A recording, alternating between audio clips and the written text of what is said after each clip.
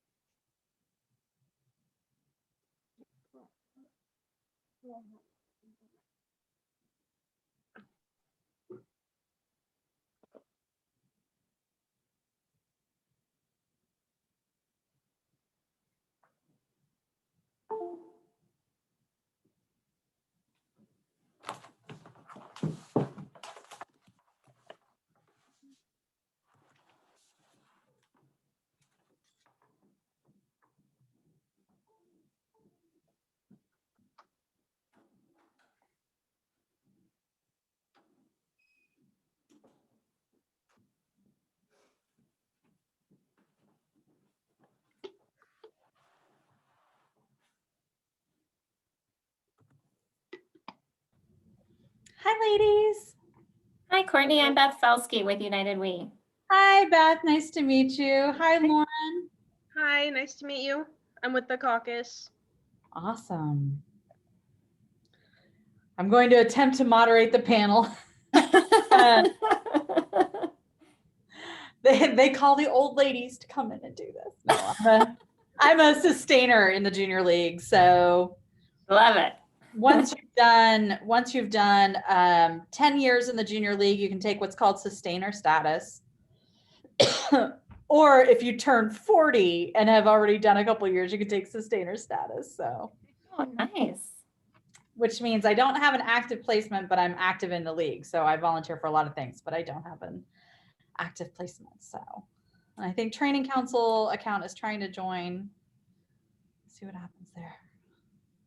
Happy snowy day in Kansas City. God, this cold weather is awful. I'm done already. I'm like, if it's gonna snow, I'd like it to snow. Like, do it, yeah. Yeah. Do it. I agree. Just do It's it. supposed to be better though, right? Tomorrow and Friday. Hopefully, yeah. But then it's just mud. We're just gonna have like mud season. Yeah. I had to run over to my parents this afternoon, and my car was like, "You're out of gas." And I was like, "Huh." And then I was thinking, I was like, when was the last time I put gas in my car? Yeah. Because before COVID, I worked from home full time. So my car doesn't leave. And then, with COVID, there's no like evening socializing, going to meetings or anything. And I'm like, so I look at my budget and I'm like, I've spent on average $17 in gas every month. Wow. Pretty good. It's pretty That good. is crazy. Like, I got to get out more. Good God. I mean, the Volvo gets really good gas mileage, but that's just sad. So, okay. Funny. Comes Alicia.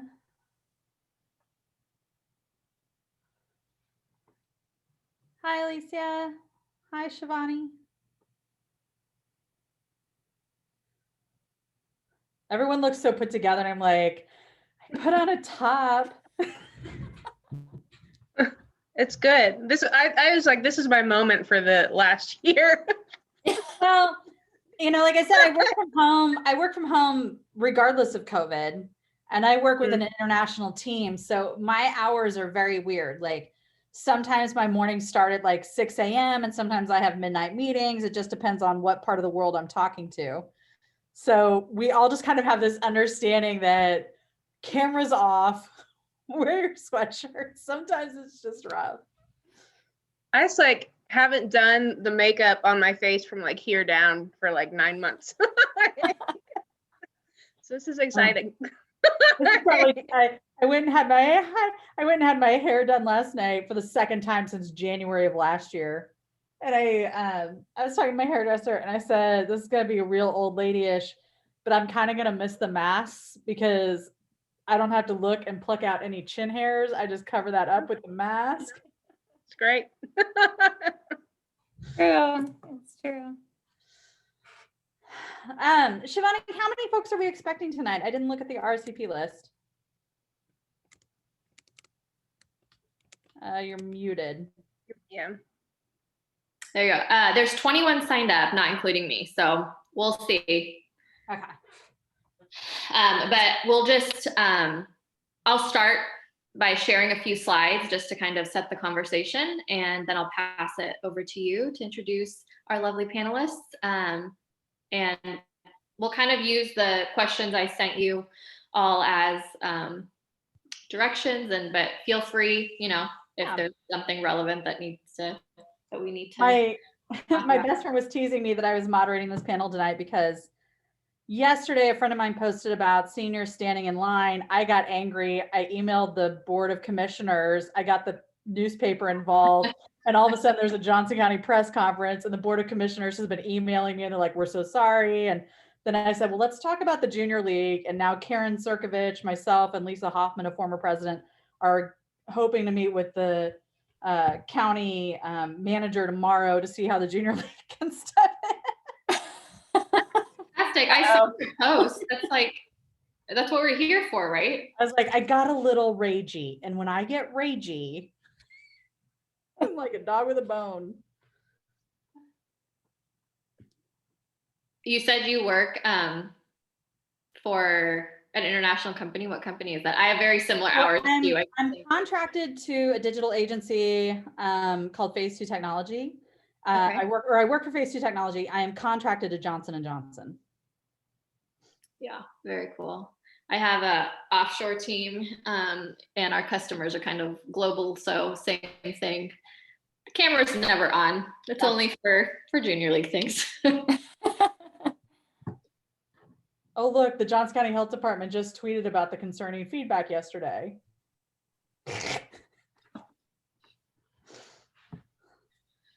Hi, Ash. I haven't seen you in forever. And you still can't see me. Haha, just kidding. Hang on. I'm turning on my video. Come on, we're cameras on. Let's go. I know. Sorry. Hi, Chelsea. Hello. It's been a day. It's been a year and it's only almost February. Hey, Lauren. This is a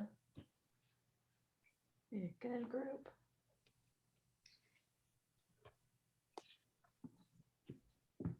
It's like usually by now I'm eating dinner on my bed watching some random Netflix thing. I mean, normally I'd be on my couch, except it didn't get delivered today like it was supposed to. Well, I made the critical error of I bought a new mattress and damn if it is not the most comfortable thing in the world. And I'm like, I could take meetings from here because there's no cameras in this one. Who needs to leave your room? If you guys are just signing on, I did put the code for Digital Cheetah in the chat. So go ahead and get checked in. Oh, I don't think you hit send on it, Shivani. Oh, that's because I sent it to an individual privately. One sec. Thank you. Send it to everybody. So this is Lauren. I can already tell that my internet connection is a little wonky, so I'm working with it, but we'll see what happens. No worries. Just give everybody a few minutes to get. I was talking to my friend, again, the same one who was teasing me, but she was telling me today that she was getting Zoom fatigue. And one of the things we talked about at my company, because we're a remote first company, again, regardless of COVID, there have been studies that if you turn off your self view on Zoom so that you're not seeing yourself in the images, that helps with Zoom fatigue. Just a fun little research thing that they found out, because your brain is not processing seeing yourself while you're talking to other people. So if anybody is suffering from Zoom fatigue, that is One little trick, maybe hide self-view to help relax when you're on these kind of calls. She said, I don't know how you do this all day. And I'm like, I don't look at myself. Turn it off. I didn't even know that was an option.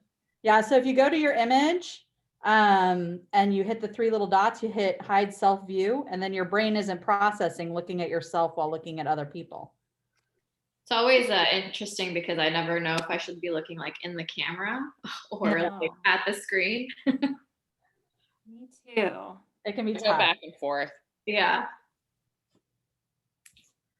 Okay, we'll just give everyone till 6:35, and then we can probably just start talking. Awesome. How are you doing, Chelsea? I haven't seen you in a while. Hey, how are you guys?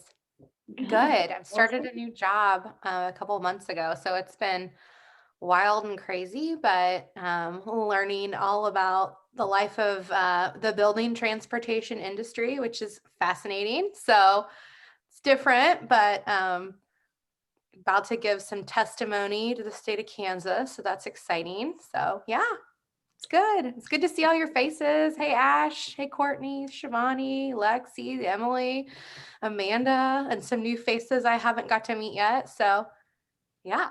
Does anyone do this when they run into somebody in public and they can tell that it's them, but everyone has their mask on? Does anyone do the take my mask off really fast and then put it back on? So it's like, it's me.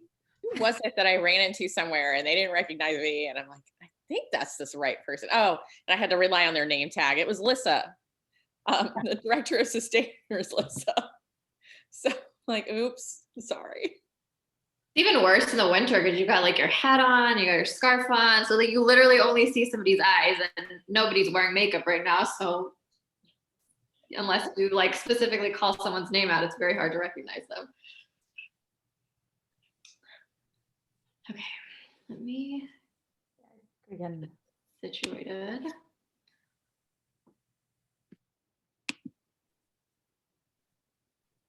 I'm gonna go ahead and share my screen.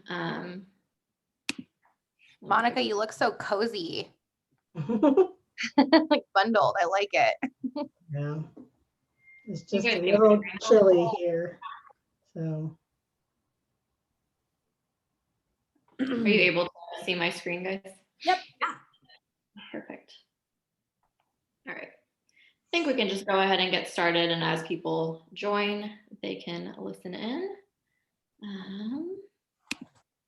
Okay, so welcome to Public Service Careers and How to Get Involved. My name is Shivani, and I am the Civic Leadership Chair this year. If you're not familiar with civic leadership, we do 4 trainings a year, and the goal is kind of to bridge the gap between the Junior League and the Kansas City community. So giving our leaders or giving our members opportunities to meet leaders in the community in various industries, and kind of providing them hopefully and inspiring them, providing some resources and inspiring them to get involved. Just to level set here, what is public service? So as you can see, it's broadly defined as jobs in governments, nonprofit, international development, education, as well as consulting. So there's quite a few ways you can get involved if that's what your passion is. Quickly touching on the public versus private sector. So obviously in the public sector, your goal is to help improve the quality of life for individuals. You're driven by that, whereas in the private sector, you're profit driven. So, and then I found this just to be interesting. KU actually ranks 20th in the best schools for public service careers. I know Chelsea went there for her master's, so she can probably speak to that. And I'm a Jayhawk, so that made me excited. This is as of 2019. The next 3 slides are just some resources for anybody interested in either a career or getting involved volunteering wise in these different industries. And I will send out this slide deck after our call, so you can have it. You don't have to take notes, but there are both at the federal and state level, a couple websites listed here. And then publicservicecareers.org is a great option. They have a lot of volunteer opportunities as well, actually. ASPA has a lot of postings, and then they also have lots of webinars on various topics that are helpful. So check that out, as well as Nonprofit Connect. Midwest Center for Nonprofit Leadership are two more. And then this is a little plug for our last event for civic leadership on April 11th. We're going to talk about current community issues. It'll be the same format. We'll have some panelists from various areas in our community to talk about these issues. And then with that, I will turn it over to Courtney to introduce our panelists, and we can get started. Does anybody have any questions before we do that? Perfect. All right, Courtney, it's all you. Well, I think, I was going to do like this whole formal round of introductions, but again, we're in a weird COVID year and things are changing. So I think I'd like to combine, we have 4 panelists today. We have Lauren Thompson, we have Beth Felsky, Alicia Kennedy, am I pronouncing correctly, please? Because I'm really bad sometimes.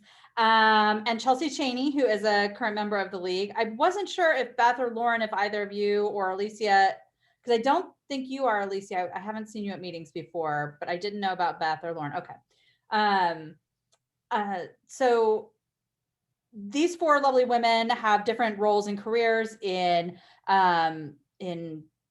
public leadership, elected positions, etc. So I wanted to start, if it's okay, to ask you all to tell us a little bit about what it is you do right now and what led you to this role in your life. And if we could start with Lauren, I'm going by clockwise on who's on my screen.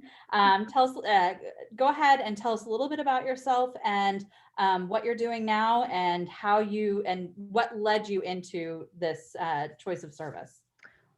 So my service has nothing to do with my job. I'm a small business owner. I own a Pilates studio. So that everything I do involving civic leadership is on a volunteer basis. I've been on a lot of nonprofit boards. I, in a former life, was a dancer. And because of that, I started getting involved with a lot of arts related nonprofits, and that kind of connected me into some other, that just snowballed into other nonprofits.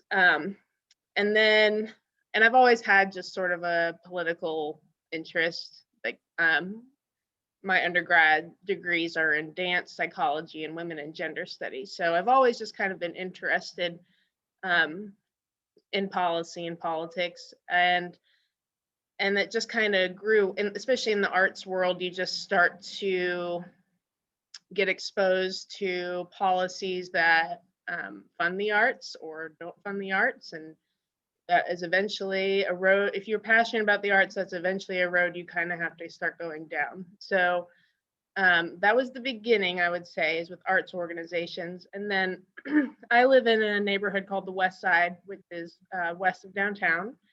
And living in this neighborhood created a situation where I had to enter advocacy very head on as far as development and gentrification issues. So with that, I started going to City Hall on a fairly regular basis, advocating for the neighborhood in regards to different development issues. So things with the different, like BZA, CPC, the alphabet soup of City Hall, going to all those different things. And now I've kind of always been involved in the Women's Caucus, but now I've moved into a leadership role with them as well. So there's my life story as briefly as I can make it. And Lauren, are you also involved with Kansas City Ballet in the nonprofit sector? Okay, I think we have a friend in common, Emily Simpson Grant, possibly. If you know her, she's been involved with Kansas City Ballet, maybe. On board stuff or? Working for Kansas City Ballet, I think, anyway. So I was just like, I think you were the, so, anyway. So maybe. And Beth Felsky, Beth, you are with United We, which used to be the Women's Foundation, correct? Yes. And so Beth, tell us a little bit about what you do for United We, and what United We does for women, and then tell us a little bit about how you got to this position. Yeah, so I serve as the appointments project director for United We, and as she said, it's formerly the Women's Foundation. So the Women's Foundation has really switched gears and focused in areas of research, policy, and civic leadership. So those are our priorities. I've actually almost a year. I started like in March, I think, with United We. And so my role is really working with women to get them engaged, serving on boards and commissions. And then there's also another component too, and that's working with the municipalities, cities, counties, and states, kind of on best practices and ways to really engage women. So, kind of our ultimate goal is gender parity on boards and commissions. So, we're constantly working to recruit women, encourage them, empower them to serve. And then the other component is continuing to encourage cities, counties, and states to be representative of their communities. Recently too, we've had a lot more focus on diversity. When I joined, that was kind of a missing piece. So it's been really fun for me. My background, prior to this, I was with the Olathe Chamber of Commerce. And as most nonprofit or membership organizations roll, you wear a variety of hats. So I had an opportunity to do a variety of things. And I worked with our government affairs committee, did a little bit of lobbying in the state of Kansas. And I really, I was one of those people who didn't really have a lot of, political background. I was always interested in it, but quite frankly, I felt like, I don't know enough. And so it's been really fun because I feel like just encouraging women who were like me that were like, I hear people say all the time, I'm not really political. But then I continued to learn about the impact people serving on boards and commissions can have, and how having diversity and women represented at the table for some of these discussions, especially recently, like COVID, for example, talking about issues like childcare. And so it's been really fun for me. I think our organization has moved really at a fast pace. We are scaling. So we currently have brought our appointments project to Fort Worth, Pittsburgh, Pennsylvania. We're, working in some other areas as well. I'm mainly concentrating on Missouri and Kansas, and then also the rural communities. They really struggle just to get people engaged at all sometimes in some of the smaller communities. So that's kind of a quick summary of me. I'm a graduate of KU, American Studies major. And at the time, everyone's like, what are you going to do with that? And my answer was, I don't really know. And so here I am. Muted. I'm laughing to myself. I was a history poli-sci major. They're like, what are you going to do with that? And then I went to library school, and now I work in software. So, things change. Thanks so much, Beth. Next up, Alicia Kennedy. Alicia was a former assistant prosecutor in Jackson County, correct? And Alicia ran and was a city councilwoman in Kansas City. So going down that alphabet soup that Lauren talked about and dealing with the city government, and now back in private practice. So Alicia, tell us a little bit about what led you to that path of public service. I have run for office. It was not a pleasant experience, but I just commend you on running and winning. So tell us a little bit about that. Awesome. Thank you, Courtney. And ladies, thank you for the invitation to come and share my experiences in public service. I am Kansas City born and raised, and grew up on the east side of Kansas City, graduated from Northeast High School, which was a magnet school when I graduated, with the emphasis in law and public service. So that was kind of where I got my exposure to law, being a lawyer, and getting involved in public service in some kind of way. Never in a million years would I have imagined I would run for office necessarily, but I've always been an advocate and a leader in whether it be student government or in the workplace, have always had leadership roles. As a young lawyer, when I came out, worked in the prosecutor's office and working in that capacity, you're dealing with violent crime, working in communities that I grew up in, trying to be proactive in addressing some of these challenges. And I quickly realized that the biggest impediment to reducing violent crime in our communities wasn't really the crimes themselves. It was, and you go in any community that you see a lot of violent crime, and you see a lot of blighted houses. You see a lot of folks that are maybe dealing with school districts that may not be accredited or the best education choices, high unemployment rates, people who have high incidence of substance abuse and mental health challenges. And so these are all social and economic issues, not crime issues.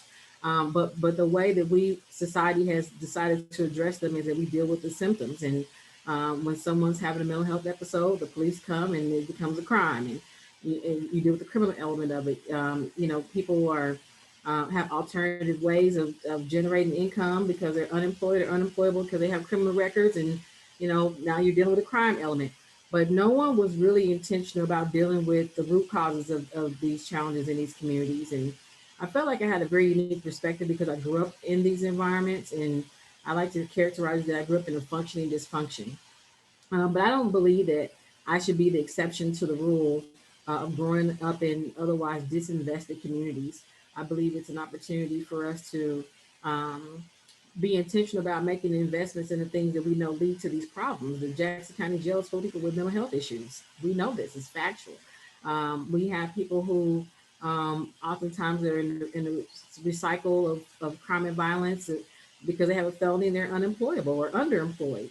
So it's all these things that need to have the attention. And I decided that I was going to quit complaining about it and be someone who was going to do something about it. So I think I was the first one to run for local government from the prosecutor's office. Most people from the prosecutor's office go to state rep, and there's a long history of folks who take that route.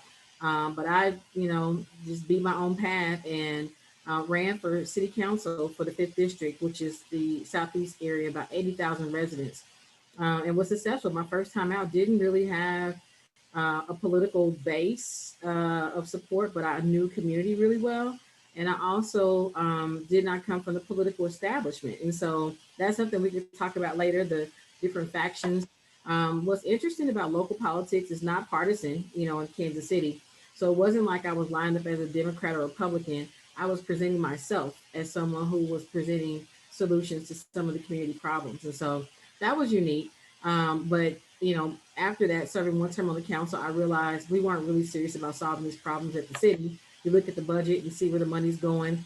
I'm constantly having to fight, with my colleagues against developer incentives to do things in the community that I ran to work on. And so I decided that I was going to run for mayor because the mayor and the city manager controls the budget. Ran for mayor in 2019, came up short of the primary, very close third. And that was an interesting experience. So running from a local office to running for citywide office, very different ball game, and the politics are very different because of how well I performed in the mayor's race and the support I got citywide. I was asked to run for lieutenant governor in this last cycle. So I was a Democratic nominee, first African American to become a Democratic nominee for the second highest office in the state.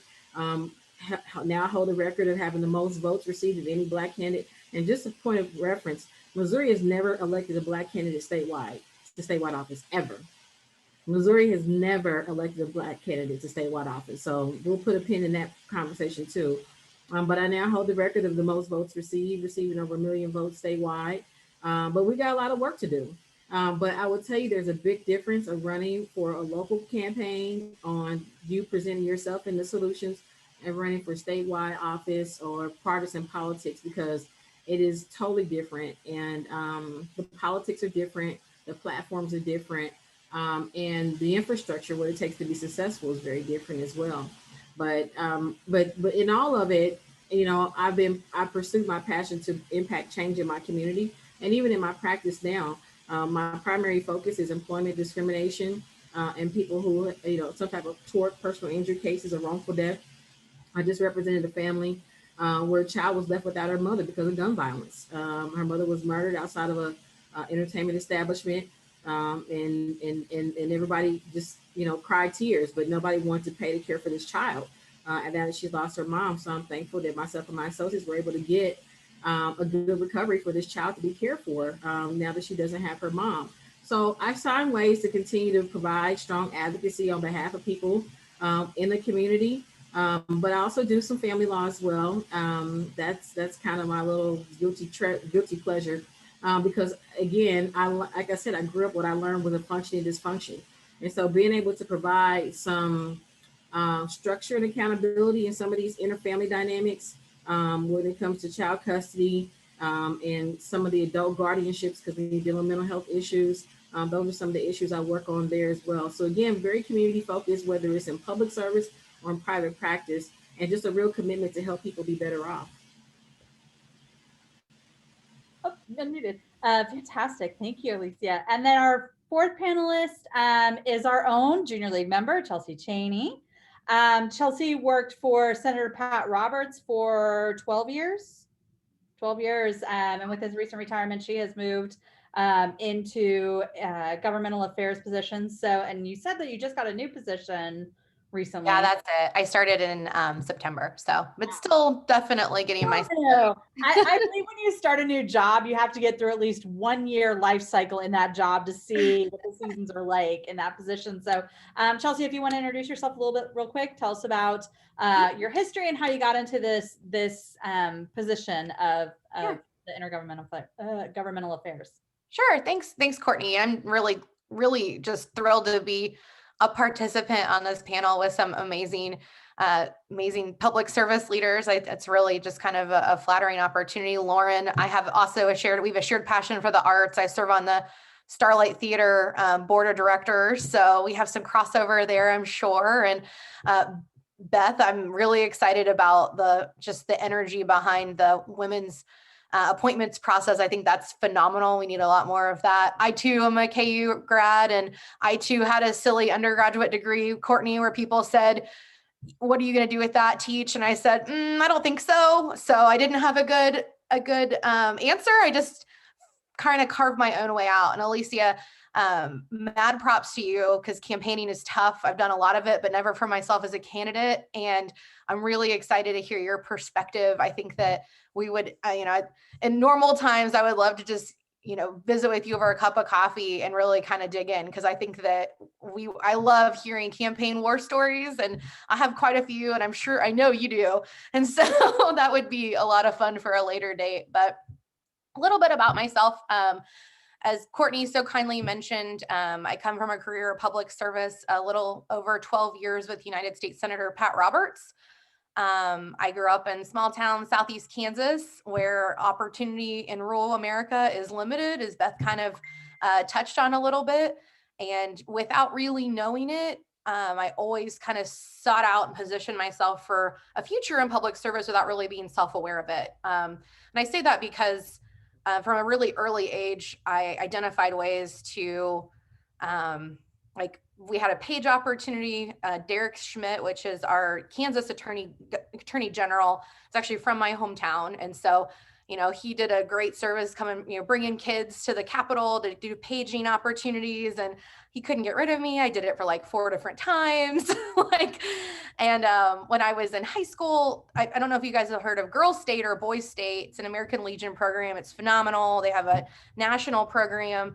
And I distinctly recall hearing an announcement at school, and it was talking about Boys State. And I was upset about that because they didn't have anything about a girls' state. And so I went to the guidance counselor's office and I asked, and he said, I have no idea. We'll have to check. And honestly, that was really truly transformational kind of life experience. And I always kind of thought I wanted to go to law school. So Alicia, kindred spirits there, except I kind of dodged that bullet and took a different path. And now I live with an attorney, and I'm grateful for that. But all of that to say, I chose Washburn University for an undergraduate degree. I selected it intentionally because it's positioned in Topeka, the state capital. My parents thought I was crazy. They didn't understand me. We've never had a political yard sign. My mom was always a big proponent of voting, but oftentimes when you work for an elected official, you'll find that people that work for them are there for a reason, whether they have a relationship or a connection, or, you know, a lot of it in life, like they say, is it's all who you know, and all politics is local. And so with that being said, you know, I just kind of did my undergraduate degree. I did a internship with the State House, again with Derek Schmidt, who I have a lot to be thankful for. And upon graduation, you know, it was showtime, and people were like, well, what are you going to do? And I was like, well, I think I'm going to law school. You know, I took the LSAT, had a pretty kind of carved out plan, but I wasn't excited about it. And I had a really important friend, sorority sister, mentor, who noticed that about me. And she said, you know, maybe this isn't for you, or maybe you should be sure. I want you to be sure. And so kind of all in the wings in 2007, 2008, the summer between my senior and junior year, I did an internship with Senator Pat Roberts in Washington. And that congressional internship was also a transformational experience for me. It was really kind of changed the game. And I was really fortunate in 2008 when I was about ready to graduate. It was a big election year. If you all recall, Obama was the rise of Obama, and it was exciting. And there was a lot going on. And I was taking a class at Washburn. I followed the presidency. They assign you a presidential candidate. I got John Edwards, not a winner. But it really, as I say, timing is everything, and kind of the stars align, and everything kind of made sense. And so after graduation, again, my mom is like, what are you going to do? Are you going to teach? And I'm like, no. I applied to be a flight attendant. I was all over the place. And that same sorority sister sat me down and said, listen, Pat Roberts is on the ballot this year. It's 2008. Why don't you join us on this campaign? I think you'd be great. I was the first one they hired. I was the last one to leave, and they sent me to Washington. There was one job, and I was very, very fortunate to get it. It was a tough summer. I was on for 9 months, and I worked really hard, but it paid off. And so that kind of launched my career in Washington. And then I got to come back to Kansas and serve as his district director in 2012 ahead of his 14 reelect. So did some legislative policy on Capitol Hill, really enjoyed that experience. It was amazing. And then got to come to Kansas City, which was a new kind of uncharted place, and really kind of dig in and pave my way. And I was exposed to junior league. I've been a junior leaguer for 7 years. It's been an incredible experience.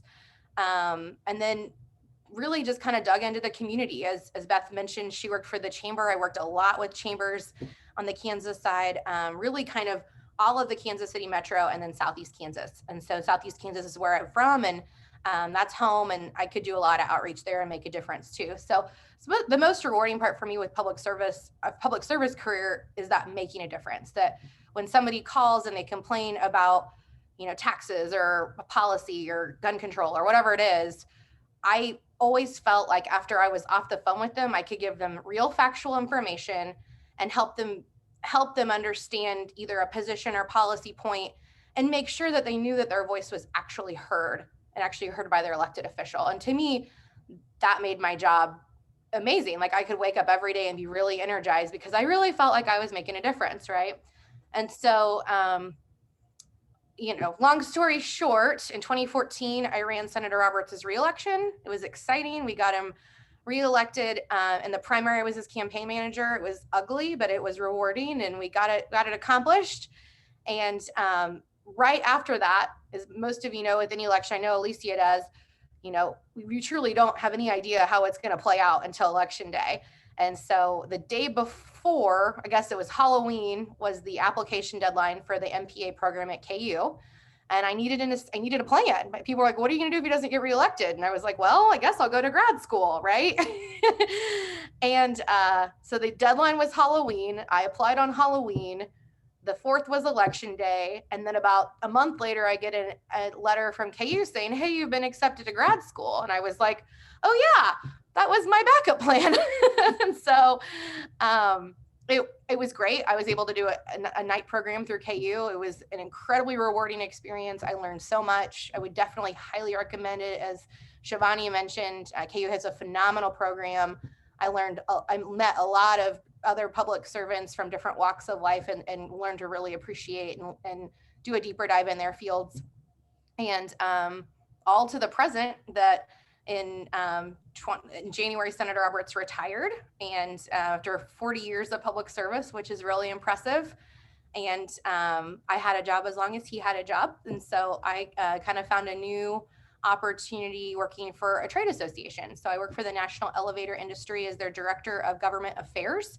So I work for the big elevator manufacturers like Otis Elevator and Schindler and Mitsubishi and others. And I know nothing about elevators when I got the job. So my new boss was like, I can teach you elevators, but I can't teach you policy and public service and how to turn on that brain.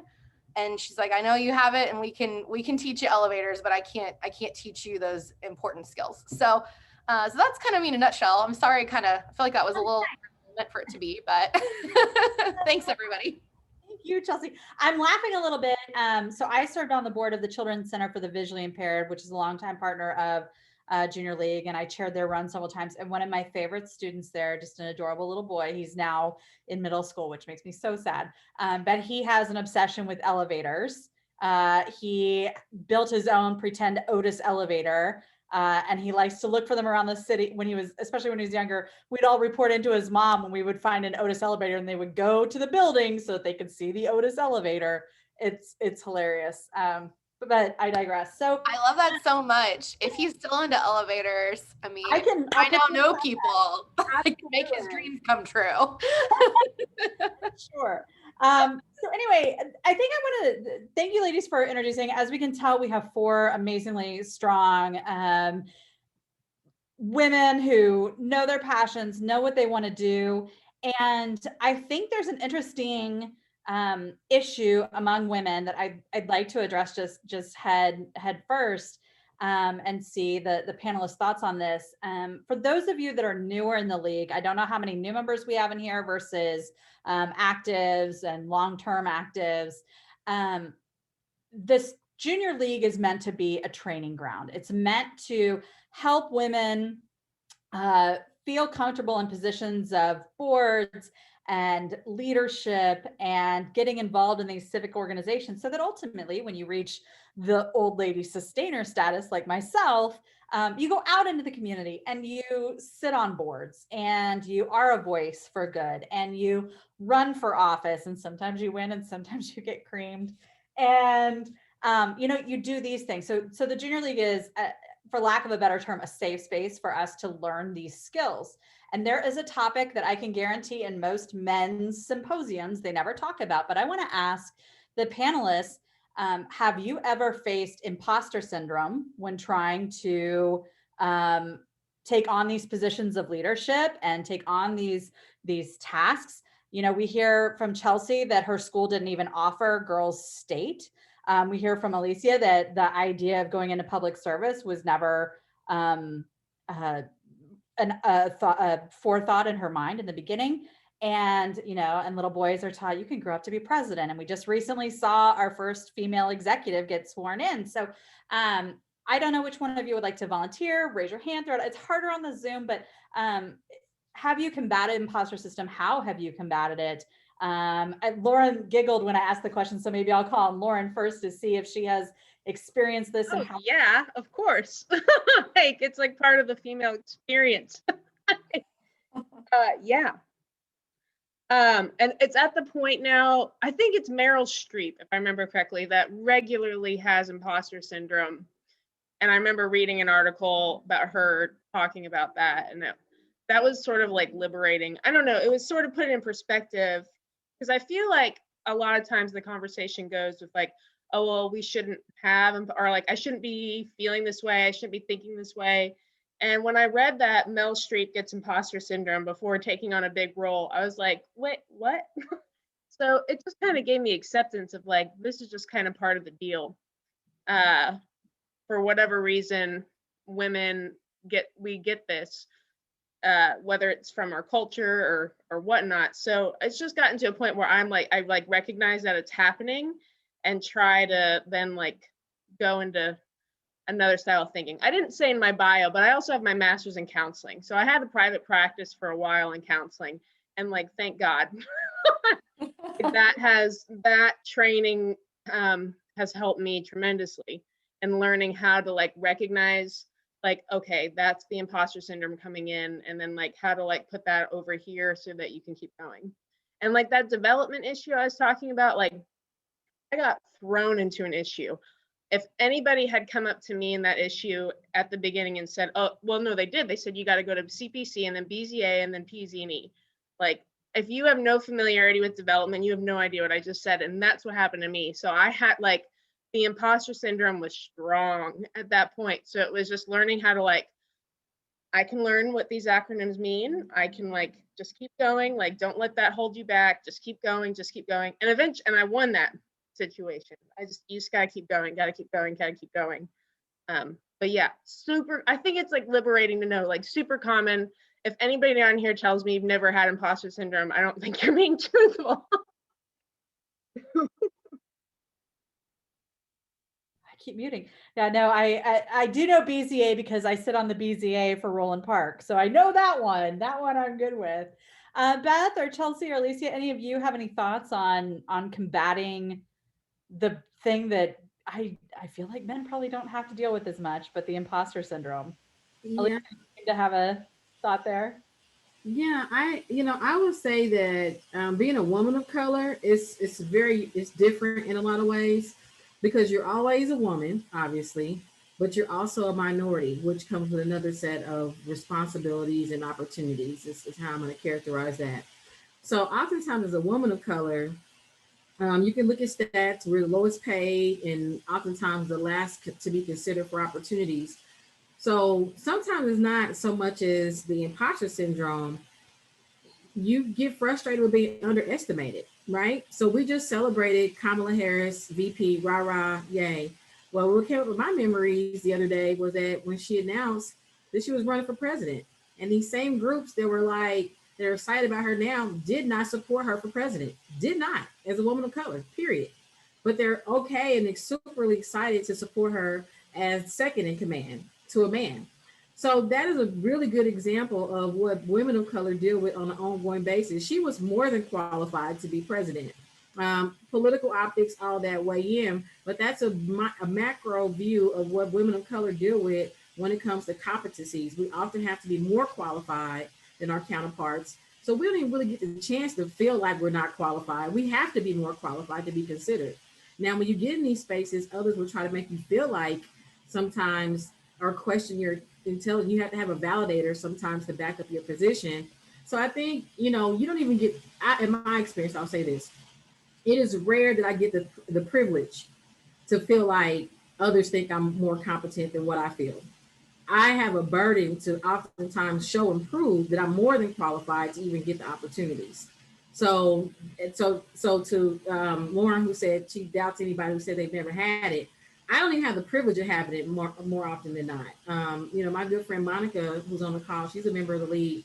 Monica was one of the first political women that was not just an ally, but an advocate for me in this political space. She grew up in a political family, legacy politics, just chose not to take that path.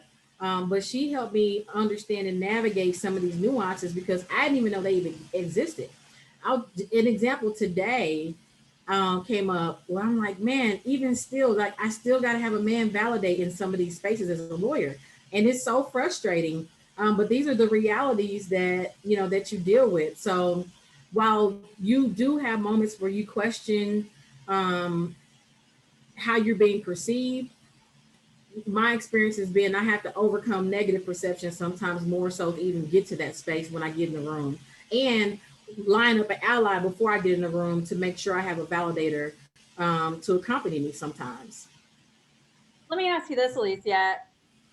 So in lining up those allies and lining up that validation, how do you think, and not just we as women, but we as a people, how can we be allies to each other? Like, what do you look for when we're looking for validation from one another? I don't know if I'm saying this right, but when you're looking for an ally, you're looking for somebody to get on board with you. Maybe a better question is, how do you try to build consensus, even if it's just consensus with one other person? Like, where do you start? What do you think are the key actions that you can take to help build consensus, to build that partnership and eventually some consensus among a larger group? Well, I think it starts first with being self-aware, particularly if you're a leader or if you have a dominant personality. It starts there, being self-aware, because perception is reality to people. So there's that. And I have a philosophy of let's work on what we can agree on. Oftentimes, I am not always in the majority thought on issues in the spaces that I'm in, because I'm always an advocate for disadvantaged communities or disinvested communities or the underdog. And so finding people who they may not necessarily support my position. I'll give you a perfect example. Kim Block, major developer on the plaza.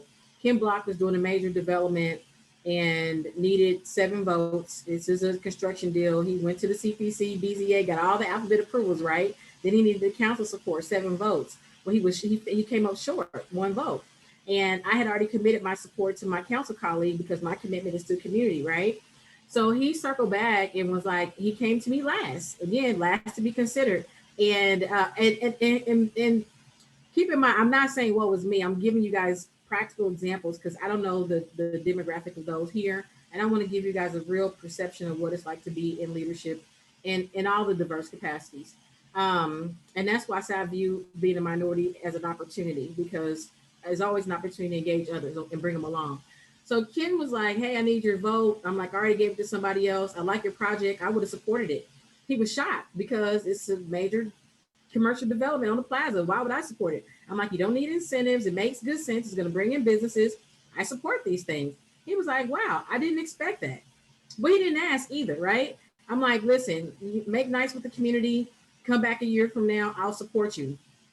I earned his respect in that conversation, because I didn't just give in because he was a wealthy developer.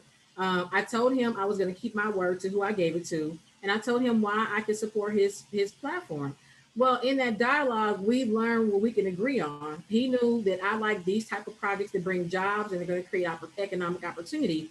And so now I have a not just an ally, but also an advocate in other spaces now, because we built that trust. It's having those opportunities in these spaces you go in. Sometimes you have to take the risk not to be popular in the moment, so you can build confidence and trust in others. So you may not have their support now, but you may the next time around. Coalition building is extremely important in leadership, because everybody doesn't think like you. Everybody's not going to be groupthink. And you have to know what people's interests really are to kind of be able to trade to some extent, right? To get where you need to go, particularly if what you want is not in the interest of everybody else. How do you give a little bit to get something for something you care about or what's important, or even to advance yourself? So those are some skill sets and qualities that I've absolutely had to hone along the way, which has required me to do a lot more active listening in these spaces, right? Because I need to hear what's not being said. I need to hear who is business focused. I need to hear who has compassion. I need to know who's in it for themselves, so I can kind of pick and choose what relationships I have to develop in the meetings before the meeting and the meeting after the meeting oftentimes. But those are just things that I don't know that you learn that in school. I think these are things that you just learn and practice, really. Yeah.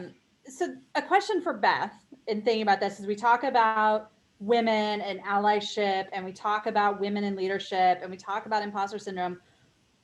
What do you see in your position with the We group that is prohibitive to women taking on these positions, recruiting them to these positions? What is it that your organization is trying to combat in that sense? And what skills do you think we as junior league women in this training ground can work to develop to help us not only help ourselves to get on these boards, but also encourage other women? That was a multi-part question. Yeah. Well, first of all, imposter syndrome is one of the #1 things that we hear. We're actually doing Ready to Represent series with the University of Kansas, and we have 2 more sessions left, first Saturday in February and first Saturday in March. And that is one of the topics for our next February session. And you can register online. It's on our website at United We. But some of the barriers, that is one. One of them is time. Women seem to be really concerned about the time commitment, which is interesting because men are concerned about the time commitment, but they don't seem to be, quite as concerned as knowing that prior to applying for a board or commission. So what we're finding is women want more details to feel more prepared, whereas men don't need as much information to dive into something. And I think that kind of ties back to just general confidence and women knowing that, oftentimes they're asking, what are the requirements? Well, the requirements are going to be for some positions, like what district do you live in? There are a few I'm working on a couple of state positions, boards and commissions where, party is a requirement because the number of seats have to balance, there's some things like that. But, really, for women, I think the important thing for women is to know your strengths. And there's several, there's strength finders, lots of things out there that can help women identify their strengths, but know their strengths and then be willing to share them. I would say those, time and confidence are some of the barriers. The other barrier is, boards and commissions historically, how folks have come to serve as like, somebody knows a buddy who wants to serve. And so if women traditionally have never been in these positions, that cycle is going to continue. So one of the things that we're trying to do at United We is work with these municipalities and elected officials to say, you know what? You need to have those vacancies listed on the website so that women can look and see where they are rather than have to do kind of this search and know somebody who knows somebody who knows somebody, especially when that network has traditionally been men. So those are just some of the challenges, and we continue. Most of our the direction we go is research based. So we actually are going to have some updated research. The release this summer will be specific to the state of Kansas, but continuing to look at what those barriers are because they change. One of the things too with boards and commissions that also carries over to elected is daycare, childcare. Oftentimes the women are the ones who are the go-to for taking care of the kids or taking them where they need to be. And so they're like, well, what do I do?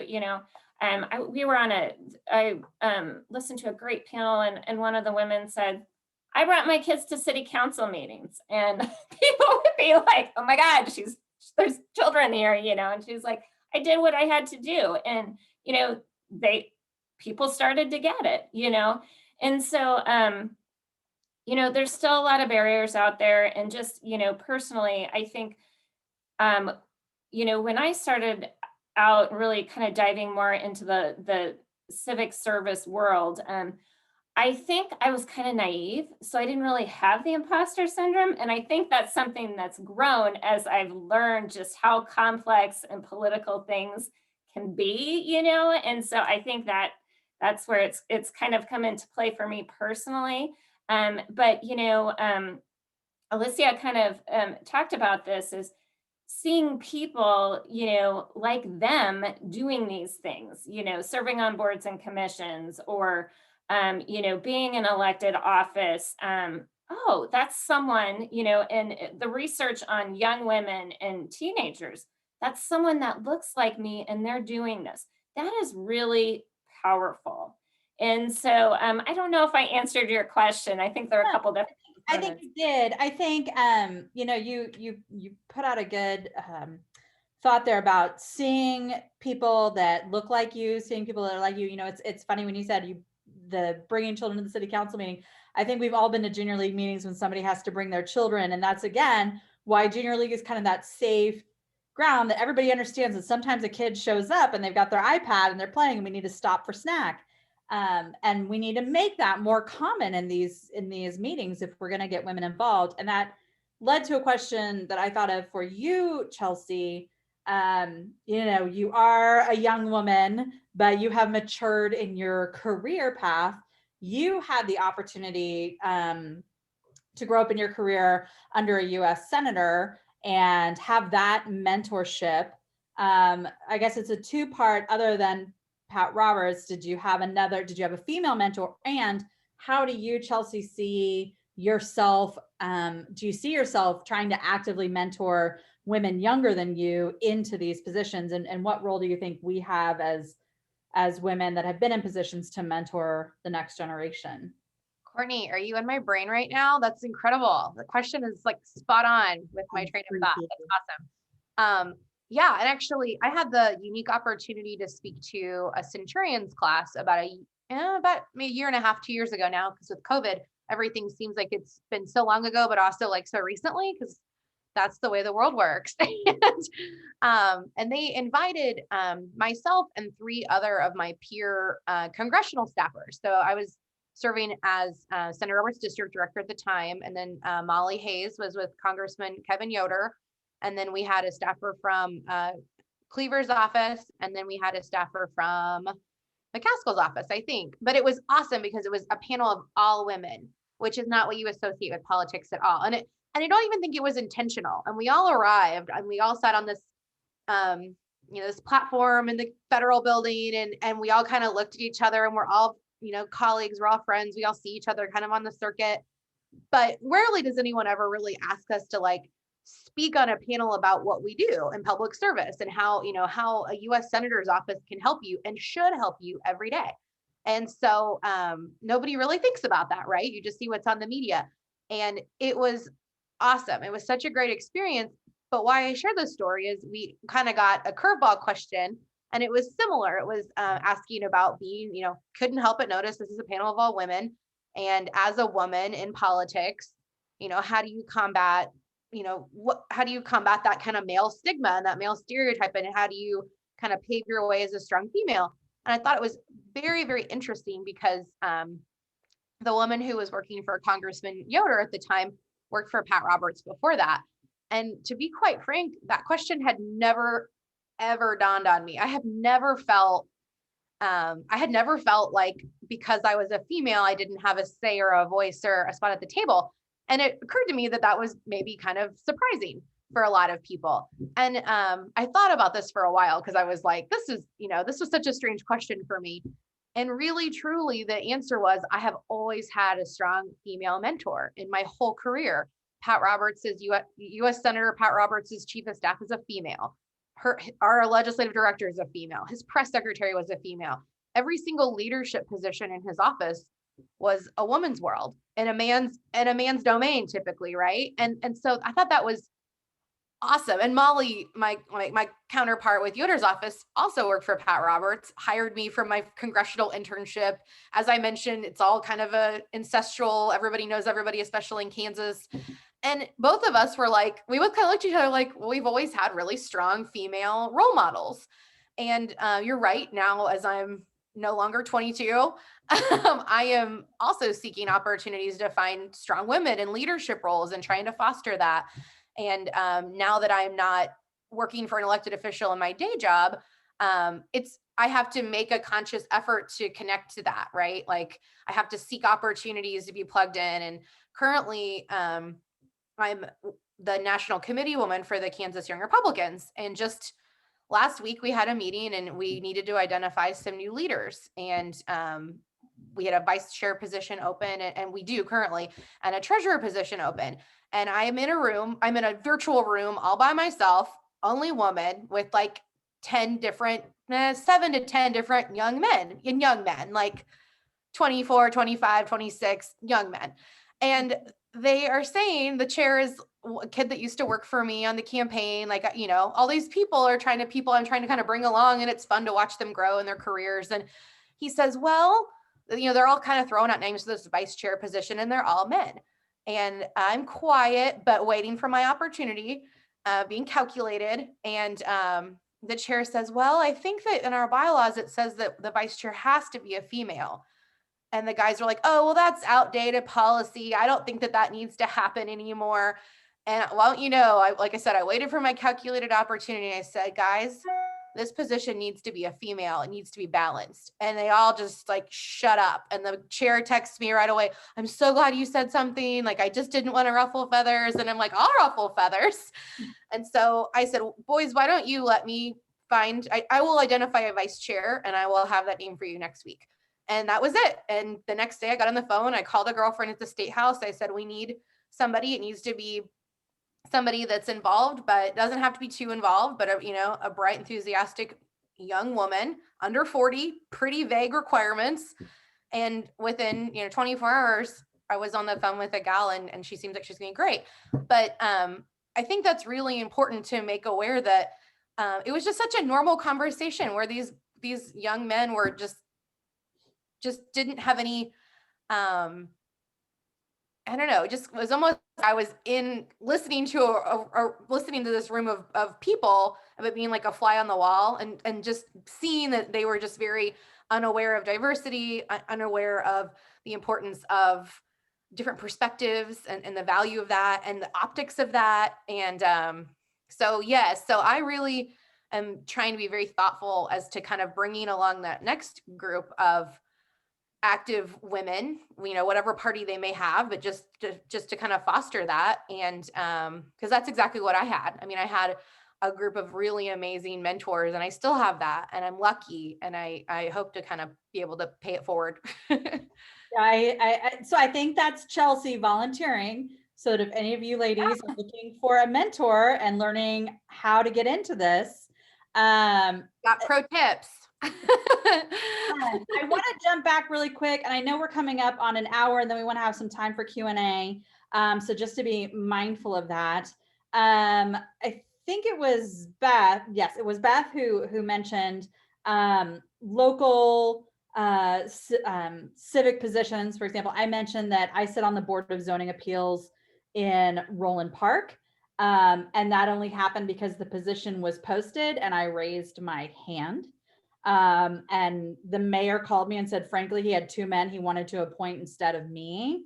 And after a 10-minute conversation, he said, okay, I'm going to go ahead and appoint you. So I think the question, just to kind of transition us to our Q&A time for our four panelists, and I'll start with you, Lauren. And I know you've had some internet issues, so you don't have to turn the camera on, or turn on. I turn the camera off because it helps give me my signal back. So I caught that you want me to say something, but I did not catch what you want me to say. Starting you off just real quick, I'm going to go through each of you four. What do you think is the best resource for a woman, or really anyone, but we're a group of women, so it won't be an amazing time when we don't have to have a conversation about women versus men in politics, when it's just, we are human beings in politics, we are human beings in serving. But what do you, if you could name one resource or one point of entry that you think is a really good point of entry, other than being an active member of the junior league and having these training opportunities, what would you reference for these women tonight to maybe consider as a point of entry into civic engagement and leadership? I mean, I'm biased because I'm with the caucus, so we have our training programs as well to help women get comfortable running for office, to know how this even works. And part of that training is building those connections. And I think that the connections is key. It's unfortunate sometimes that it's like, if you are just entering the field and you don't know anybody, it's really difficult. So getting with those organizations like the Caucus or Appointment Project or Junior League, great example as well, so that you have those connections. You just can't, it's hard to do something completely by yourself. It just is. Even though the men in our world sometimes like to make us think that they're doing that. I think getting in an organization that can help you build those connections is key. I think, and adding on that, Lauren, is you don't necessarily, and I found this for myself, I don't necessarily need to know somebody in X position. I need to know somebody who might know somebody in X position, and thinking of your connections with individuals, not as a straight line, but as a spider web. And how can I get to that point on that web, and get to that connection and ask for those introductions? Well, Alicia, and sorry. those connections aren't always like, sometimes it's a matter of like knowing somebody that has like done this before and has that information, or you know, we only know our own perspective on an issue. So getting those connections so that you can learn, like you're building basically your empathy skills on like understanding the bigger picture of what you're trying to deal with. So like it's there, those connections can do so much for you. Absolutely. Alicia, what about you? What would you say is the number one resource that you would recommend to the group? I don't think there's one, unfortunately. I think it's important to build broad coalitions. I can't reiterate that enough, because you don't know where your entry point's going to come from, right? I mean, you could be an outstanding member of the junior league, but you know, there may not be someone presently engaged where you want to ultimately go. And so I think it's important to build broad coalitions in membership organizations, as well as people who are community facing, who are already doing the work, right? I think that you can't underestimate. I remember when I was a new lawyer coming back, I went to law school in South Dakota. When I was coming back to Kansas City, I didn't know any lawyers. I'm first generation college grad. And I reached out to the top lawyers in the field I looked to go into. And well, they weren't just the top lawyers. It was like maybe 50 lawyers in the field I wanted to go into. But the ones who responded were the top in their field. And there have been great resources and mentors to me to this day. And I'm, you know, over a decade out of law school. So I think that it's important that you cast a broad net and engage with people who are actively doing the work, as well as organizations who have good reputations. Because one thing I learned running for office is that when I would reach out to people for new relationships, particularly donors, they want to know who knows you. Oh, well, has so-and-so already given you money, or do you know these people who are also very prominent, and do they, you know, because they're going to check you out. So if you don't have those broad relationships, or at least have some connections in these relevant circles, it does impair your ability to you know, advance in some of those ways. And I think if I had one piece of advice that's most important, is don't underestimate anybody in your network. Do not underestimate anybody in your network. Some advice I got was, you know, lawyers think they know everything, but the support staff oftentimes know more than you, particularly as a young lawyer. And so sometimes people who are not the people who have the title, but maybe their assistants, maybe your gatekeeper, and the most important person is the linchpin to where you want to go. So those are some things I think would be really helpful to be mindful about. I've had a firsthand experience with that, of somebody bragging on and on how they were trying to get to a certain individual and they were just having trouble getting to that person, but they knew so-and-so and they knew so-and-so and they knew so-and-so. And that person wouldn't shut their mouth long enough to say, well, the person that you're trying to get in contact with, I'm their dog sitter. Would you like me to make a connection? Perfect example. Beth, what about yourself? What resources, maybe that you mentioned the conference that you guys are having, or the lecture that you're having, but can you think of a resource or a good place to look for women that are trying to figure out a path into civic leadership? Yeah, I think there's, you know, I'll echo what's already been said. I think there, you know, there's a lot of training programs or leadership programs out there that I think are really good connectors. But yeah, it can be really surprising what and who your connector, you know, could be or is. I think chambers of commerce are a great way to connect. You know, attending events where you have exposure to elected officials, and you know, I would say that, you know, one of the things, elected officials love it when you reach out to them when there's not a problem. And so, you know, if you can build that relationship before there's a problem, That is amazing. And don't get me wrong, I think sometimes when there is a problem, that creates engagement and an opportunity.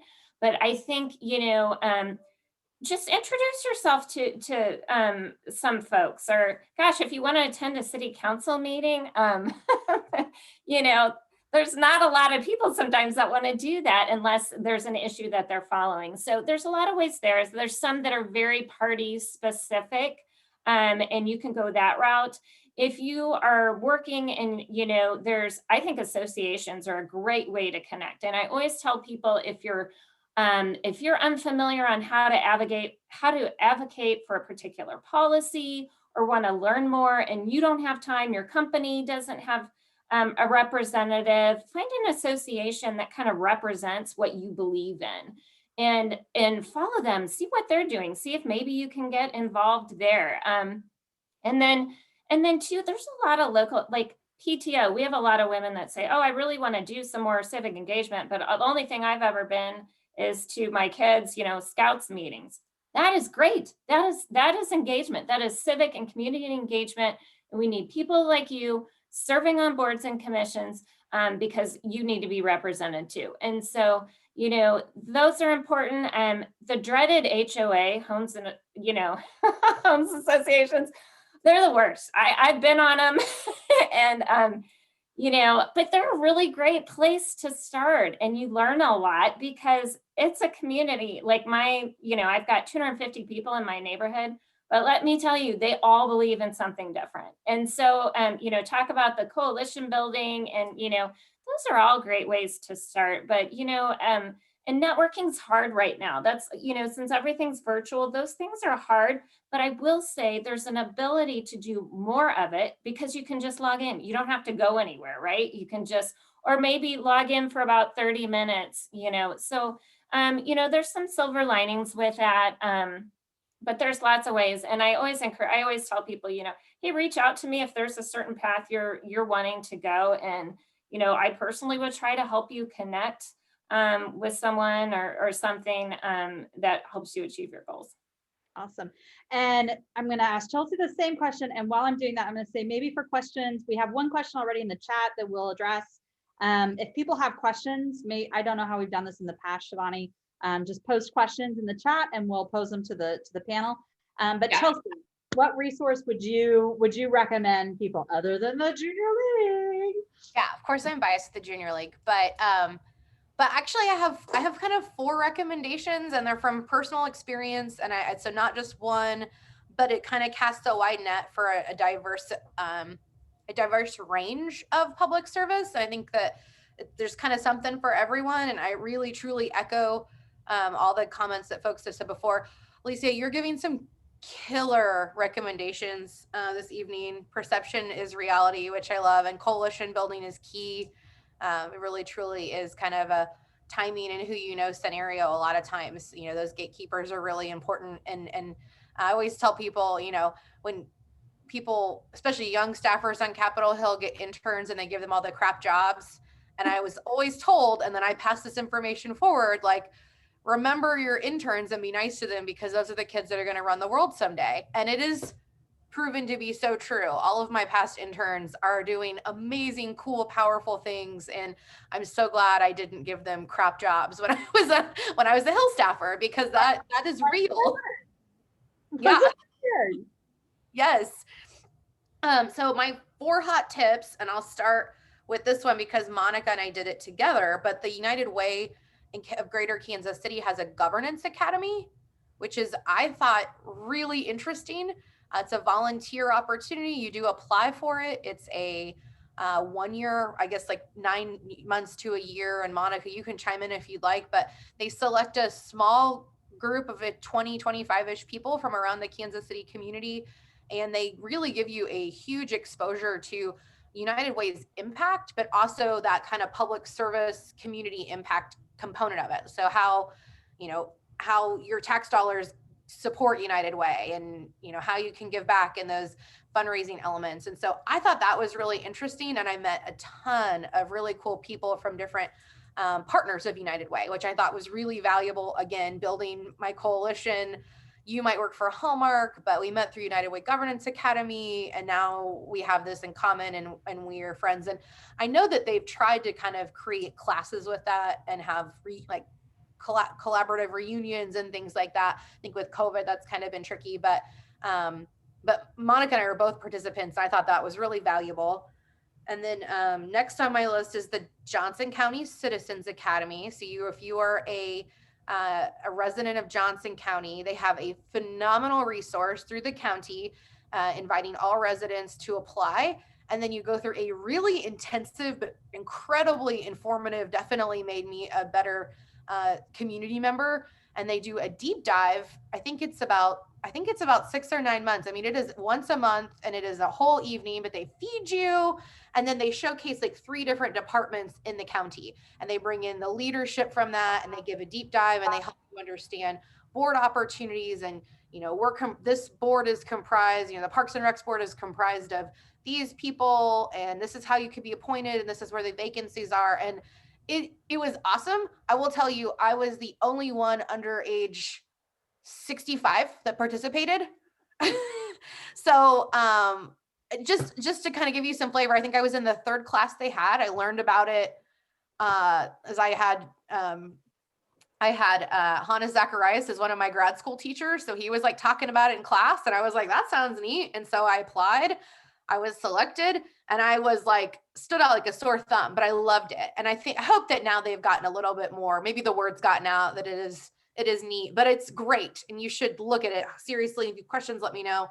The 2 last things are more party centric, but either party, right? So if you have a political leaning and you want to get involved that way, whether it's volunteering on a campaign or running for office or whatever the case may be, but look at maybe running or getting appointed as a precinct committee man or committee woman. I guess we'd all be committee women in this sense, but there is a precinct committee man and committee woman for each precinct, the voting precinct. And so for me, when I moved to my new neighborhood, I reached out to the Johnson County Republican Party chair, and I said, hi, I noticed that there wasn't someone currently serving in this capacity.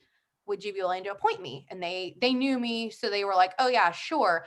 But what they typically do is, if they don't know you, is they just set up a call and they learn about you and make sure that you will fulfill your responsibilities. Responsibilities are limited, but what's really important is if an elected official in your district is unable to fulfill their responsibilities, whether they resign or usually it's a resignation situation, maybe they're appointed to a higher office. That is when the precinct committee people come together and they vote their next elected official. So it's a very small group of people, usually a committee man and a committee woman from each precinct. I am Leawood District 3, Precinct 3, and I've been sitting in the position since 2016. I have never been opposed. I'll tell you, the seat has always, I think, probably been vacant. It was not hard to get appointed. I get to vote for myself every election, which is neat, but it's just a small way to kind of have a civic duty. And I'm the point person in my neighborhood. So if a elected official reaches out and says, hey, would you mind having a little, neighborhood meet and greet? I'm willing to do that. Sometimes they'll say, hey, if you're the precinct person, would you mind helping me knock doors? So that happens on occasion. Sometimes it's just because I know those folks and want to help them, and you want to help good people get elected. And it's hard to do, as Alicia and Courtney will say, you need those volunteers. You need those people that'll help you pound the pavement and meet people. And so, sorry, last but very, very not least, but last on my list, and I'm sure that Missouri probably has something similar, but in Kansas, we have a program called the Eisenhower Women Excellence in Public Service Series, and it is really incredible. It is party specific, so this is a organization centric to Republican conservative leaning women. I'm sure that there is a counterpart in Missouri. I'm not familiar with it, but I'm sure it exists. It's part of a larger women's public service centric organization. but I will tell you that it is a really phenomenal group. They are very thoughtful about targeting women from all over the state of Kansas. There's an interview process. There's an appointments process. I can nominate someone and then I tell them how great you are. And then you have an interview and then you tell them how great you are. And then and then they're very thoughtful about, you know, only so many from Kansas City and only so many from Wichita or whatever.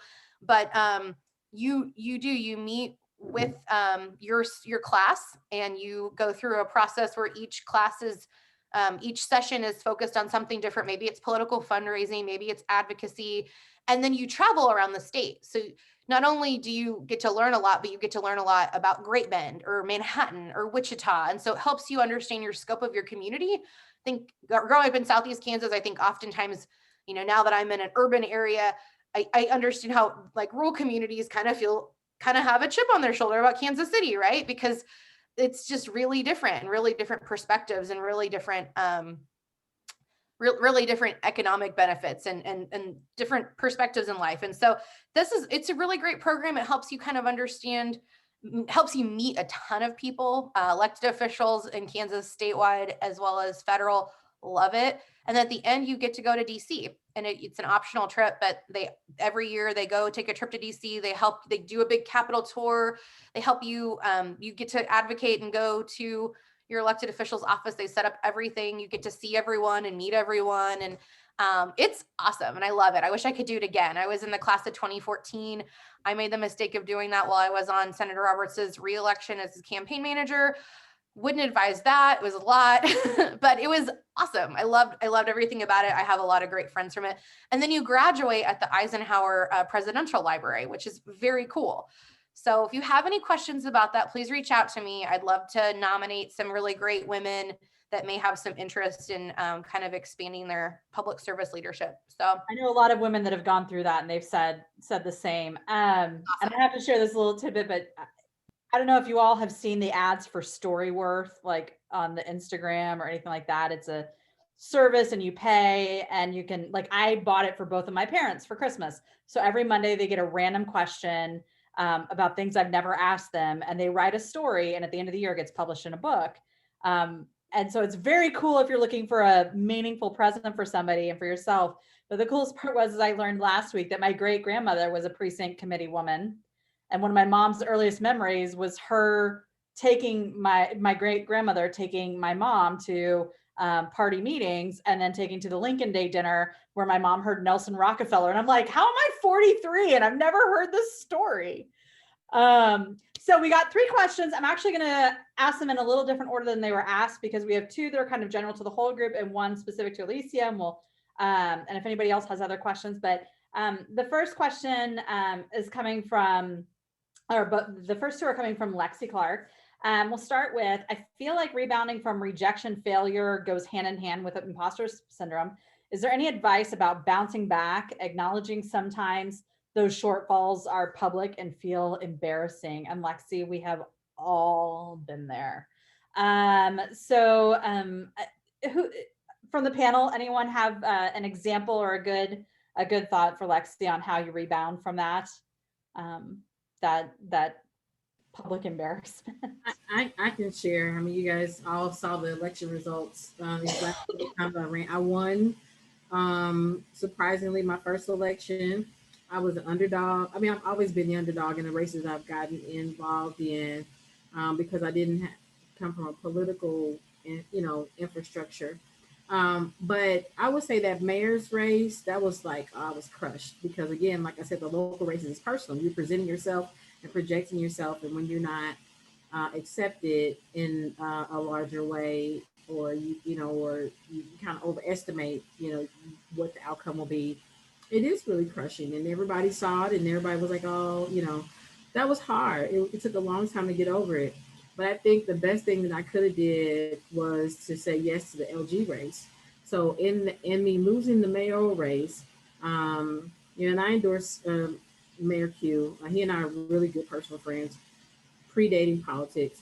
But I've been able to support him in meaningful ways since then. He's been an advocate for me in other ways, and other opportunities that presented for me. How do you fail forward?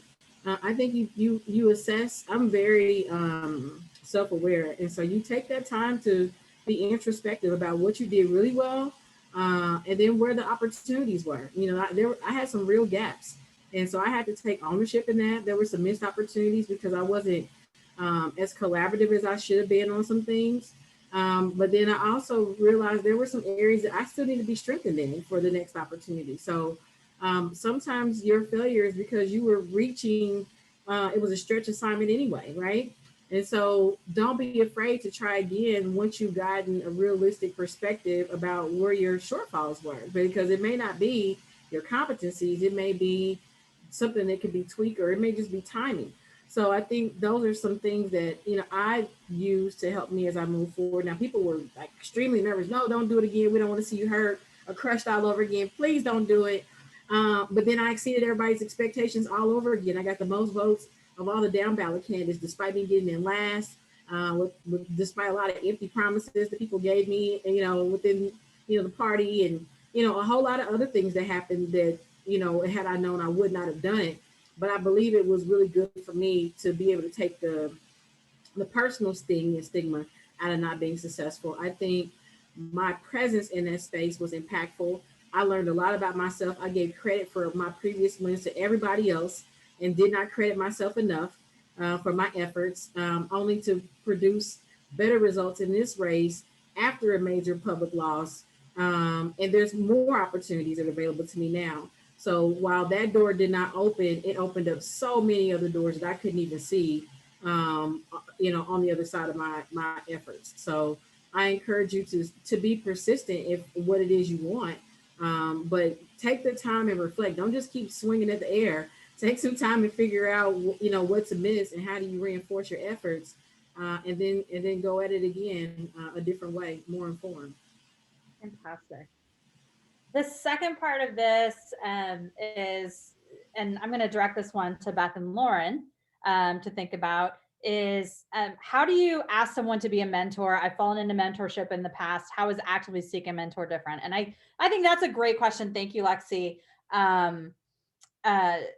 How do you identify the person that not necessarily you want to emulate, but the person that you want to learn from, and how do you approach that and asking that position? So Beth or Lauren, either of you have thoughts on that?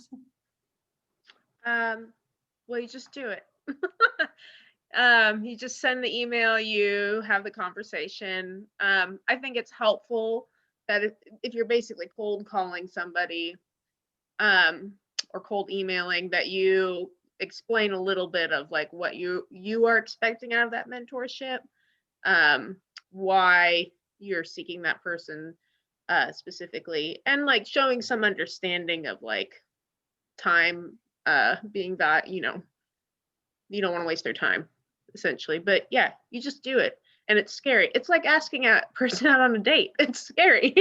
Like it just, that rejection's there, and that's just what it is. And you know, remembering that they may be saying no, not because it has anything to do with you, but because you have no idea what's going on in somebody's life. You know, they could be taking care of a sick family member, or you just don't know. So just most people are going to be flattered to be asked to be a mentor. So just know that and go for it. Awesome. Beth? Yeah, I would echo what Lauren said. You know, if it really is kind of like cold calling situation, you know, just send that email and say, hey, you know, I'm looking to learn more. And I agree, you know, be specific about how much time you're asking from that person. And maybe, you know, when you say kind of what your goal is, and if you can't help me, I was wondering if you could connect with me with maybe somebody who could. And so I think those are good ways. You know, there are some more structured type mentoring opportunities out there.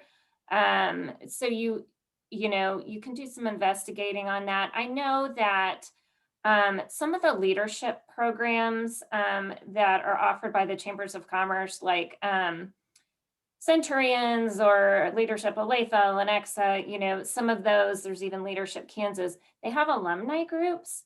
And if you participate in those programs, oftentimes you can easily reach out to an alum And then, and I think that expectation is there for folks who've been through those programs to offer that mentorship. But yeah, I would just say ask, and you know, as long as you kind of define what you're looking for, if that particular person, you know, can't commit, then maybe they can refer you to somebody else. But yeah, I don't know that there's any special formula, and what engages one person, you know, might be different than what engages another person. So maybe it's just a connection. And sometimes I've heard some women say, oh, I reached out to this person we met. It didn't seem, you know, I don't know if we clicked. That's okay. You know, take what you can from that meeting and try to reach out to somebody else. Absolutely. I think that's a good thing to tell everyone is a lot of times, don't forget that you have sustainer advisors on your committees at the league. And a lot of times the sustainer advisors tend to be an afterthought. I would encourage anyone who hasn't, find a sustainer or two in the league and make a relationship with them, because they may not have the skill set that you're looking for mentorship, but they've been in league for a long time. They know a lot of members, and they, again, would be happy to help. If you said, hey, I'm looking to find somebody who is an expert in XYZ or has experience in this, you know, do you know of anyone in the league? We've got a couple really quick. I don't know what our time cutoff is, but Chelsea, there was a question of how do we identify what positions are available for committee women for the different parties? Yeah, I did throw a link up in the website where you can check out your precinct. If you don't know your precinct, you can kind of Google that and check it out, and just kind of, there's a big map, and you can kind of like zone in on that map and see where you live, and then cross-reference it and check and see if where you live is vacant, has a vacancy for committee man or committee woman. So hopefully that'll be helpful too. And then something that Beth said that kind of resonated with me as well is that component of not being afraid to talk to your elected officials and seeking them out, and that it's always advisable to seek them out and build that relationship before there is a problem, right? And so with me and where I worked before with Senator Roberts, you know, we would deal with all kinds of challenges that folks would have with, you know, passports or tax returns or whatever the scope is. But I will say that at least in Kansas, which is really what I can speak for, elected officials make themselves very available and accessible. And I was a past chair of the Johnson County Young Republicans, which kind of sprungboarded me to our National Committeewoman seat for our statewide program. But I would often host meetings with, you know, with the governor, with the lieutenant governor, with the secretary of state, with the attorney general. And I leveraged my relationships with them to bring them to these meetings. And it was like really small. I mean, unfortunately, we always wanted a lot of people, but I mean, oftentimes it was under 30 or 40 people in a room at a sports bar in Johnson County. And so, I mean, they're all there. They make themselves really available for question and answer, and just seeking those opportunities I would encourage. So. Fantastic. And then I think the last question is to you, Alicia, a very specific question that was asked. How can we make sure that you win in your next office pursuit? What help are you looking for? And how can folks volunteer for you? Very good questions. I don't know that there is going to be another political pursuit right away. I spent the last 30 months as a candidate running for office or recovering from office. 30 months straight, that's a long time. So I committed that, you know, at least this first quarter, I've got to focus on wellness and self-care. Like, it's so critical. That's another part we have not talked about leadership, is self-care. You guys can have a whole other conversation around that, but make that a priority this year. Like, with COVID and everything is crazy. But as far as like supporting, I'll make it general because I don't have plans to run for anything else anytime soon. But I will always support well-qualified women or aspiring women who want to run. And so I'll give some perspective on that. We have to be supportive. It takes a big step for a woman to say they're going to run already. Remember, we talked about imposter syndrome. We talked about women of color feeling like they got to work twice as hard. All these things are true. So it's important for women to rally around women, even if it looks like the odds are against them. So, you know, give early support, whatever you're comfortable with. If it's Facebook share, if it's giving $5, those kind of things, are volunteering your time to send text messages, make phone calls. Those things make a big difference in the beginning of a campaign. Other things you can do, volunteer your time on someone. If you have a skill set that you can lend to a candidate, even if it's just helping them stay focused on their self-care. Monica was that person for me, in addition to her wonderful political brain. She always checked in and make sure that I, the person, was doing okay. Now, I wasn't always the best at listening to her advice, but you got to have that person. So if you are not political, but you can do that, that's great. And then always money. Money matters in politics. Like money, I can't reiterate enough how, and collectively, I think there were about 20 people on this call.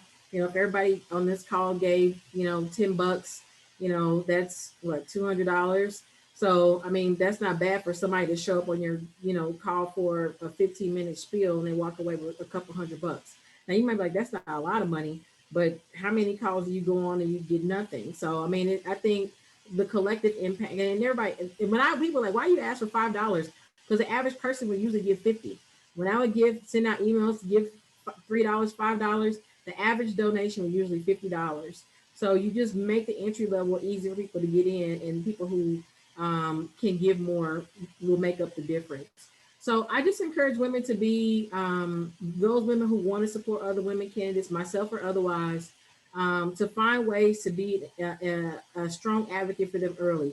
The election will root out the winners and the losers, but let's not us be the ones that kind of take the win out of themselves when they're trying to get started. Because again, perception is reality, remember?